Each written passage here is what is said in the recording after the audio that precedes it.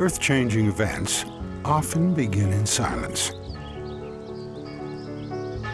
This time was no different.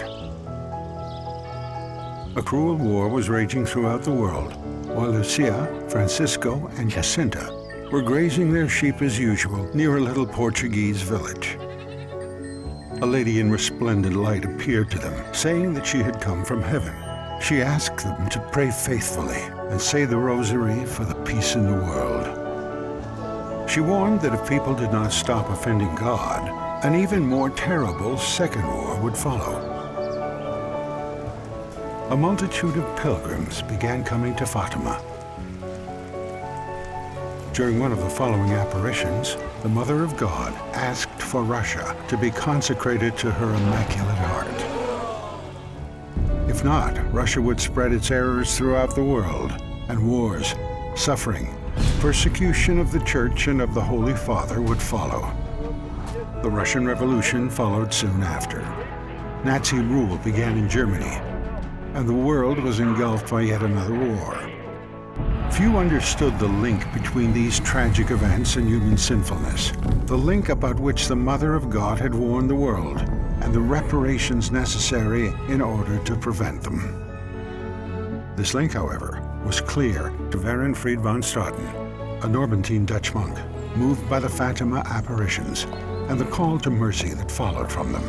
He persuaded European nations to help a broken German population. Those who up until recently had occupied much of Europe now lay in defeat, suffering devastating hunger and poverty. This love for neighbor and call for reconciliation lay at the roots of Aid to the Church in Need's foundation. In this aftermath, the communists too were sowing death and terror behind the Iron Curtain, resulting in the annihilation of over 60 million people. Their road to complete victory was blocked only by their population's faith in a power greater than evil. And so the communists declared a total war on God. Driven by the suffering of the people of God, Aid to the Church in Need began to support the Church in the East. Father Werenfried knew that this wasn't only about Russia.